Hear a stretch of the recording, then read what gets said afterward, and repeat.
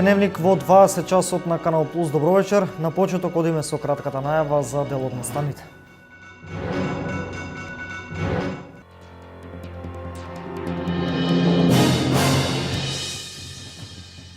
ВМРО-ДПМН објави јавен повик за кандидирање на кандидати за градоначалници за локалните избори кои ќе се одржат во 2017 година.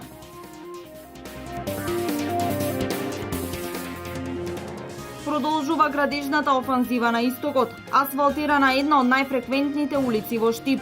Спортско-рекреативниот центар пониква ќе добие туристички информативен центар. Тешка сообраќајна несреќа се случи рано утринава на регионалниот пат Кочани-Виница. Жртва е 71 годишен велосипедист.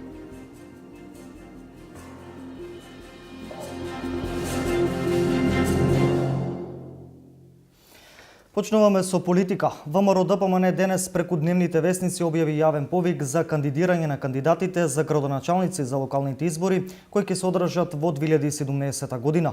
Кандидатурите ќе може да се поднесуваат најдоцна до 20 септември, а повикот се однесува на сите 84 општини во државата. Водејќи се од принципот на транспарентност и отчетност, ВМРО-ДПМН денес преку дневните весници објави јавен повик за кандидирање на кандидати за градоначалници за локалните избори кои ќе се одржат во 2017 година. Кандидатурите ќе може да се поднесуваат најдоцна до 20 септември. Повикот се однесува на сите 84 општини во државата. Во истиот е наведено дека кандидат за градоначалник може да биде секој граѓанин кој ги исполнува условите за кандидирање пропишани со устав и закон, да е член на ВМРО-ДПМН или граѓанин кој не е член на ниту една политичка партија, но се согласува и ги поддржува политиките, идеологијата, заложбите и програмата на ВМРО-ДПМН. Потребно е заинтересираните кандидати да поседуваат углед, авторитет и морален дигнитет во местото каде живеат и работат, односно во општината за која аплицираат. За поднесување на кандидатурата не се потребни подписи, туку доставување на стандардизираната биографија со фотографија на не повеќе од 3 страни, детална програма за работа на општината на не повеќе од 5 страни со конкретни проекти, мерки и идеи за која се поднесува кандидатурата, како и пополнување на стандардна апликација, стои во повикот од владеачката партија. По доставувањето на кандидатурата, секој кандидат дополнително ќе биде контактиран од партиското седиште и со него ќе биде извршен разговор од страна на специјална комисија, која за таа цел ќе биде формирана. По повикот се наведува дека сите кандидати имаат подеднакви шанси да бидат избрани во зависност од личните квалитети и успеси во минатото, како и визијата за иднината. Инаку сите заинтересирани лица потребната документација може да ја подигнат од седиштето на партијата во архивата секој работен ден од 12 до 16 часот или пак на веб страната на ВМРО-ДПМН. Пополнетите материјали треба да се достават до партиското седиште. Продолжуваме со политичките настани од регионот. Штипските социјалдемократи на пресконференција обвинија за партиски вработувања во јавното предпријатие ИСАР. Ваквите обвинувања како невистините ги демантираа директорот на предпријатието Бојаджиев и раководството на општинскиот комитет на ВМРО-ДПМН. Штипските социјалдемократи обвинија за партиски вработувања во јавното предпријатие ИСАР. Рекоа дека ова јавно предпријатие било класичен пример за непотизам и партизација на јавните институции на штета на професионалците. При тоа споменувајќи имиња на лица кои биле во роднински врски со функционери или раководни лица на ВМРО-ДПМН. Поради тоа запрашаа: дали граѓаните кои што не се членови на ВМРО-ДПМН имаат право да се вработат? Доколку на вистина постоела потреба од нови вработувања во јавното предпријатие ИСАР, зошто директорот на јавното предпријатие Ангел Бојаджиев во изминатиот период вршеше прераспределба на вработените во администрацијата на јавното предпријатие ИСАР под изговор дека е намален обемот на работа? Или пак овој оглас беше отворен само за роднините на функционерите на ВМРО-ДПМН? Директорот на јавното предпријатие ИСАР во целост како невистините ги отфрла ваквите обвинувања. Социјалдемократскиот сојуз не само што имаше проблем со видот, очигледно дека има проблем и со моториката и со добивање на информациите. Овие луѓе работат повеќе години во јавното предпријатие ИСАР. На последниот оглас кој што беше пред месец и пол-два, ја добија официјално и решение. Значи, очигледно дека, како што работеа во минатото, научени да ги бркаат луѓето од работа, не ја одговара како се вработуваат луѓе. Ниту еден мој роднина не е вработен во јавното претпријатие ИСАР, ниту еден роднина на градоначалникот на општина Штип не е вработен во јавното претпријатие ИСАР. Тоа се луѓе кои што работат подолги години во јавното претпријатие. Социјалдемократскиот сојуз сака да дојде на власт, да раководи со државата, а не барати со основни информации кои што се случуваат во нивната општина. Во врска со денешната пресконференција на СДСМ се огласи и Општинскиот комитет на ВМРО ДПМН, во која меѓу другото се потенцира. Денес на пресконференција слушнавме како господинот Милошев изјавува дека сопругата на представникот на Општинскиот комитет на ВМРО ДПМН во Штип била вработена во јавното претпријатие ИСАР. Мораме да констатираме дека човекот или не живее во Штип, или има погрешни информатори, или во битка за пратеничка функција за изборите, тој е спремен да направи се, па макар и да зборува лаги. Сопругата на координаторот на ВМРО ДПМН веќе неколку години работи во приватна компанија и тоа многу добро го знае цел Штип.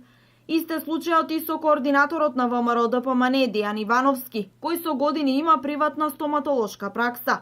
За разлика од него, господинот Милошев и неговата сопруга со децении се на државни јасли. Тој во државното здравство, а таа во високото образование.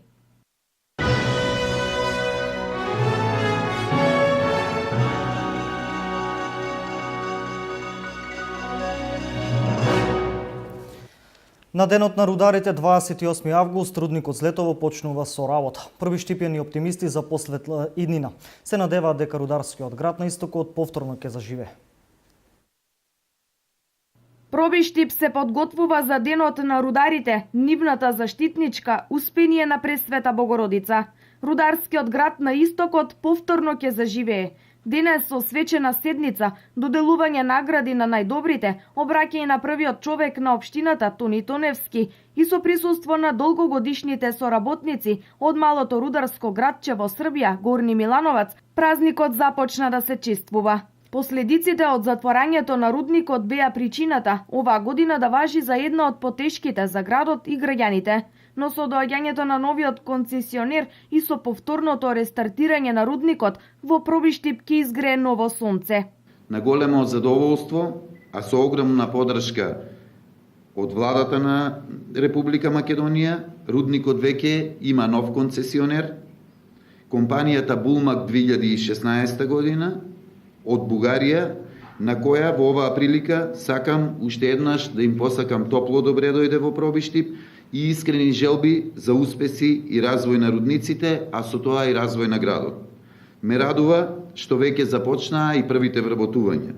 Во овој момент во рудникот се вработени повеќе од 100 лица, а според најавите од концесионерот, многу брзо оваа бројка значително ќе се зголемува. Во изминатите години оформивме 4 нови индустријски зони, во кои веќе се изградија и успешно работат повеќе производствени и индустријски капацитети. Први кораци сарадње су кренули тако што су Првите чекори на соработка тргнаа кога рударите од општина Проби Штип дојдоа да работат во Горни Милановац на планината Рудник. И оттаму започнавме со оваа соработка, која и во иднина ќе ја прошириме. Више да проширимо. Тоневски во своето излагање ги истакна најзначајните реализирани проекти за општината и околните населби. Тој рече дека и понатаму ќе продолжи со ваквото темпо на работа. За разлика од периодот до 2009, кога општината имаше собствен буџет во висина од околу 20 на милиони денари, собствениот буџет на општина Проби Штип за 2016 година е рекордни 200 милиони денари. До овој момент реализацијата на буџетот е околу 120 милиони денари или тоа е 60% реализација. Токму ова е причина за големиот број на завршени проекти, како и за проекти кои се во тек.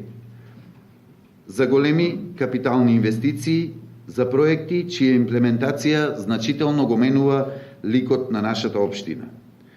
Само во делот на патната инфраструктура, во моментот општина Проби Штип вложува собствени средства во висина од над 1 милион евра.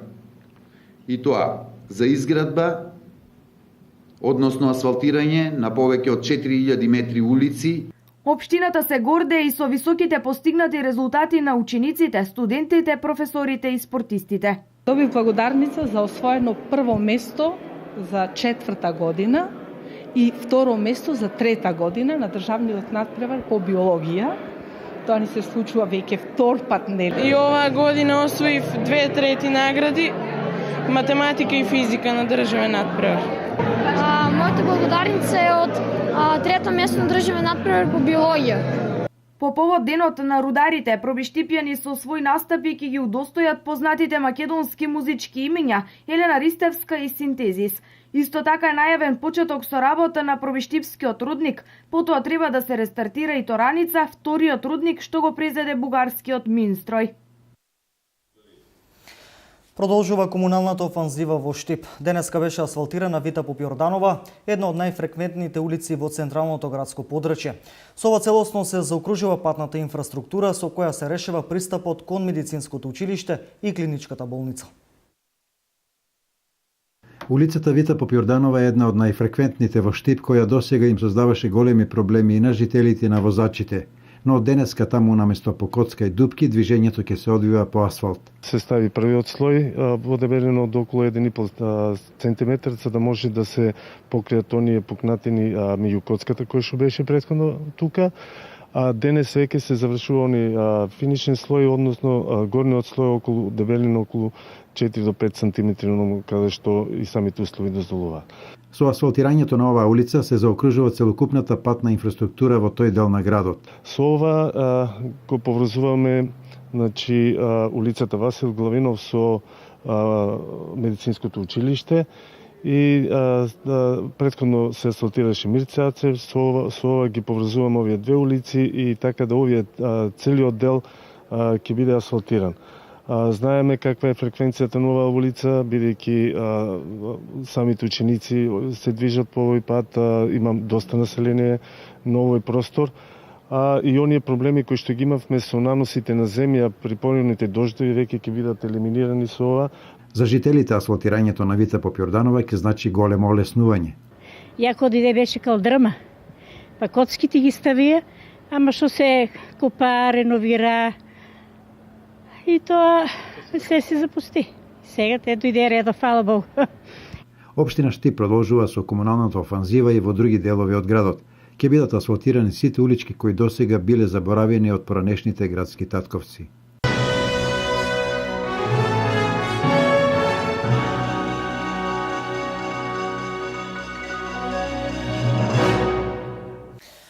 Тешка сообраќајна несреќа се случила рано утринава на регионалниот пат Кочани Виница, во која животот го загуби 71 годишен велосипедист. Увид на местото на настанот извршил јавен обвинител, а причините допрва ќе бидат утврдени. Тешка сообраќајна несреќа се случила утринава на регионалниот пат Кочани Виница, помеѓу товарно моторно возило Peugeot Boxer со кочански регистарски таблици и велосипедист. Во несреќата животот го загуби велосипедистот, управуван од 71 годишно лице. Велосипедистот заедно со товарното моторно возило Peugeot Boxer се движиле во ист правец.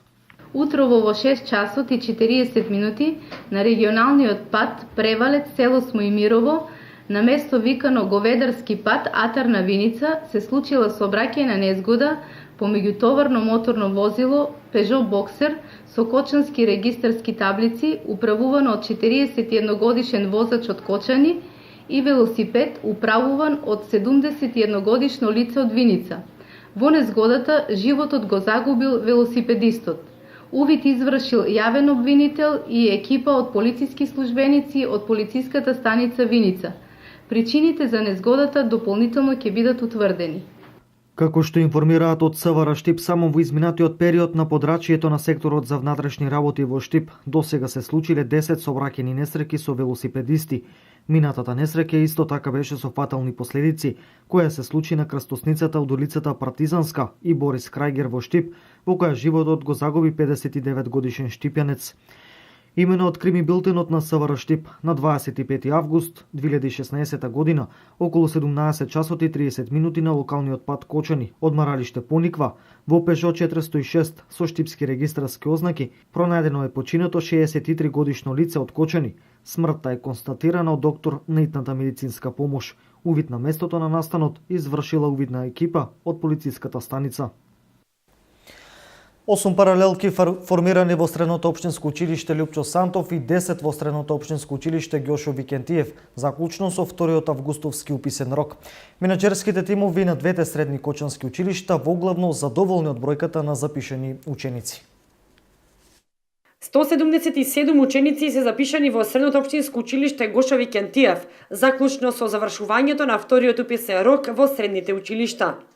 Поточно, во машинската струка се запишани вкупно 62 ученици, во електроструката 98 и во сообраќајната струка 17 ученици.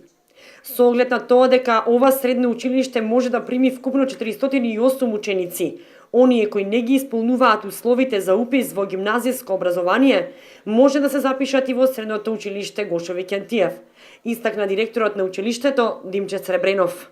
Запишени се нови 30 ученика во августиот уписен рок, со што бројката на купната бројка на ученици во прва година ќе изнесува 177 расподелени во 10 паралелки. Че толку се планирани.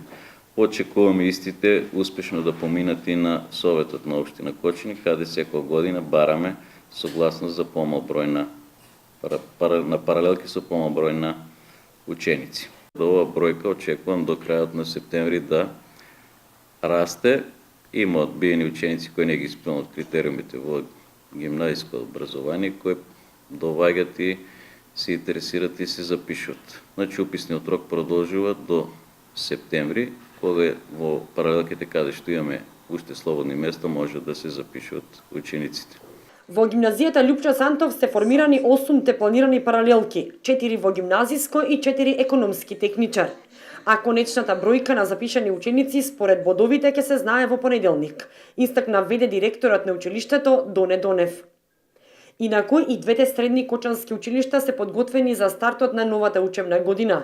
Завршена е дезинфекцијата како и чистењето на просториите за успешен дочек на учениците. Се известуваат граѓаните на општините Штип и Карбенци дека на ден 28 август од црковниот одбор на манастирот Свети Ѓорги, село Козјак, по повод чествувањето на празникот Успение на Пресвета Богородица во локалитетот Баргала, општина Карбенци, на граѓаните ќе им биде возможен бесплатен автобуски превоз на повеќе релации на градот, меѓу кои градскиот трговски центар во Штип, градската црква Свети Никола, автобуската станица во населбата Сењак 2, во населбата Баби и попатно по сите автобуски постројки. Тргнувањето е во 8 часот и 30 минути.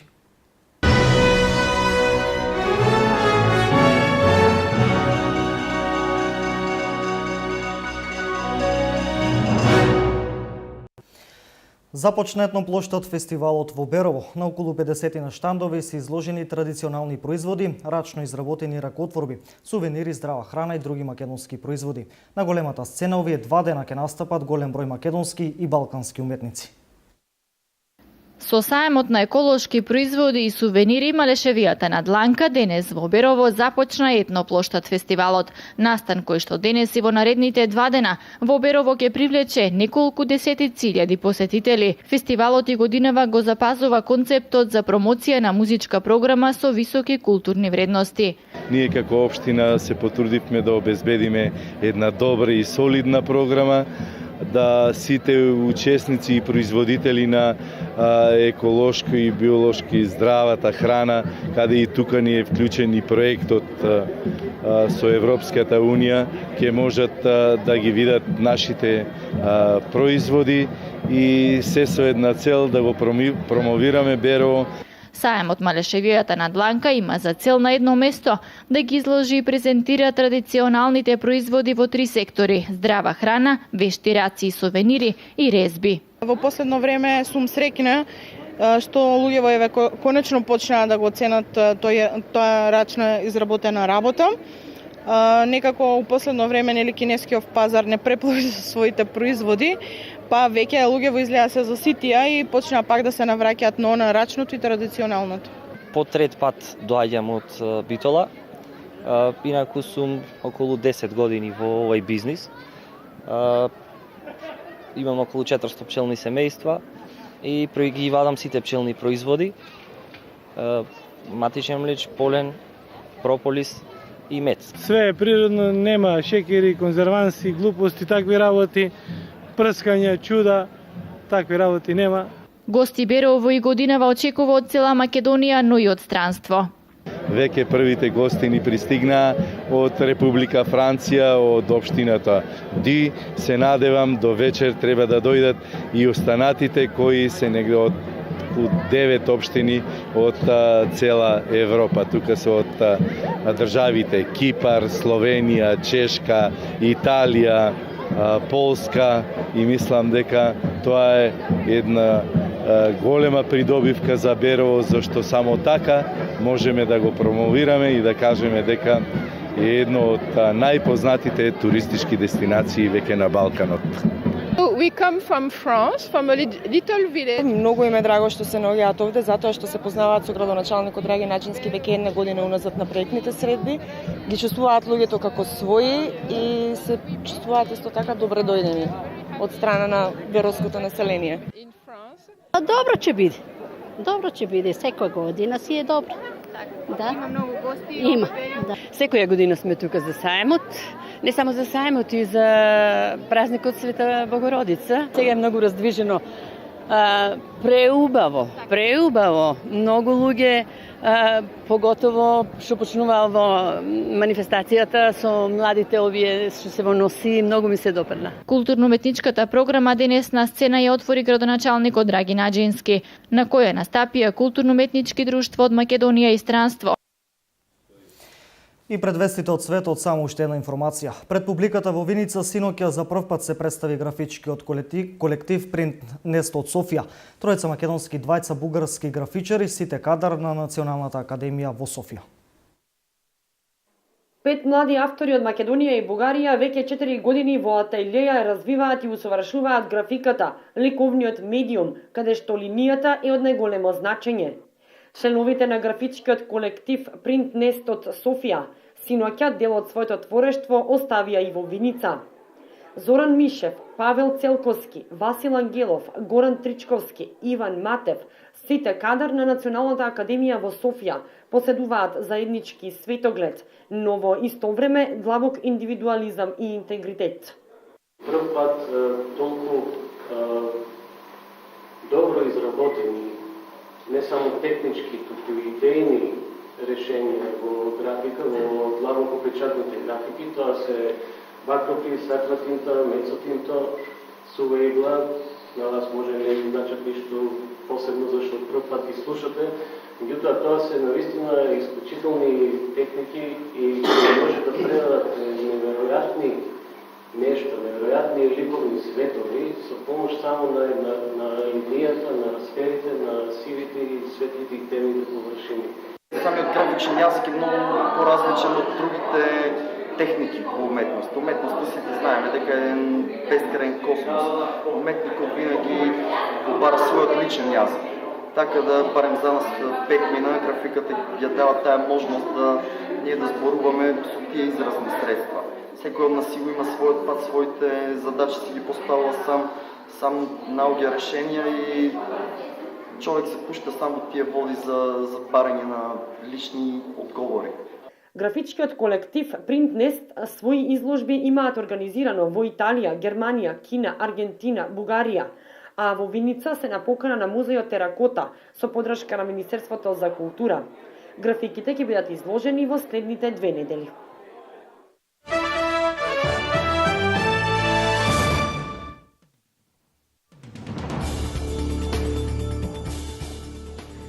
Белградската полиција и натаму трага по вооружениот маж кој синоќа по пукањето се сокри во солитерот број 241 на улицата Јури Гагарин на Нов Белград, за Танијо Кутринава изјави од српското МВР. Како што јавуваат српските медиуми, една станарка на полицијата и дала снимка од безбедносните камери на која, како што се наведува, се гледа дека станува збор за прокилав маж на возраст од околу 30 на години. Мажот кој возел црн БМВ синоќа малку по 20 часот почнал бесцелно да пука од возилото и со автомобилот удрил во други автомобили на улицата, оштетувајќи најмалку уште 4 возила. По пукањето осомничениот почнал да бега по улицата, му испаднало тркалото од возилото, па продолжил да да трча и вооружен влетел во солитерот број 241 на истата улица. Како што синоќа јави репортерот на Танјук од лице место, полициските сили го обколиле цел блок 45 на Нов Белград, како и солитерот во кој се крие напаѓачот. Како што наведуваат белградските медиуми, во напуштениот автомобил на напаѓачот полицијата пронашла 2 пиштола.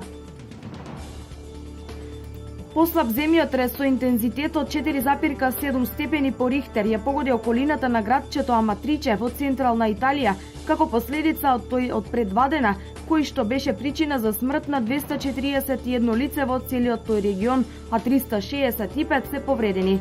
Италијанскиот национален геолошки институт наведува дека интензитетот на последниот потрес бил 4,8 степени. Бил регистриран во 6:30 часот по локално време, а на него му претходеле десетици послаби потреси. Овие 2 дена посилниот земјотрес во средата институтот соопшти за вкупно 500 вторични потреси. Силна експлозија утрово го потресе местото Џизаре во југоисточна Турција, а неименувани полициски извори тврдат дека има загинати и ранети. Телевизијата јави дека 2 возила на брза помош се испратени на местото на инцидентот, од каде се издигнува огромен облак од чад. Безбедносните извори наведуваат дека има многу загинати и ранети, не прецизирајќи бројка.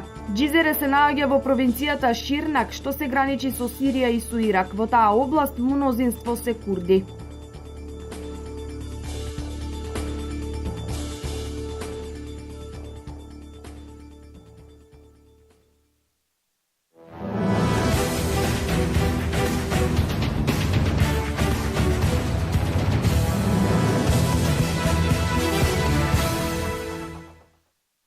Екипата на Тетовска Шкендија по вчерашниот пораз од 0:4 на националната арена Филип II во Скопје во ремаш барашот од Лига Европа го заврши настапот во ова надпреварување. Тренерот на Шкендија Бруно Акраповик го призна поразот како реален исход на настаните на оваа средба, потенцирајќи дека отсуството на Штефан Вујкик било клучен фактор за поразот на тимот. На арената Филип II во Скопје пред повеќе од 30.000 навивачи на Шкендија, Кулибали ги урна сите надежи на тимот од Тетово дека може до групната фаза. Кулибали постигна 2 гола во 60-та, односно 69-та минута и ги испразни трибините во Скопје. До крајот Гент Рутински го приведе мечот во своја корист со уште 2 гола преку Джереми во 81-та и Нето во 86-та минута, кои ги поставија конечните 0:4.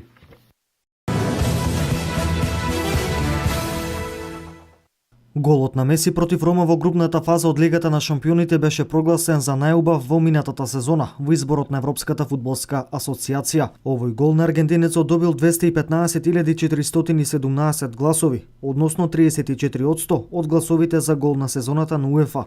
Втор во изборот е голот кој футсал репрезентативецот на Португалија, Рикардиньо, го постигнал на Европското првенство против Србија, кој освои 13% од гласовите, а трет голот на Шакири во осмина финалето на Европското првенство во 2016 година во Франција, односно на надпреварот Швајцарија-Полска.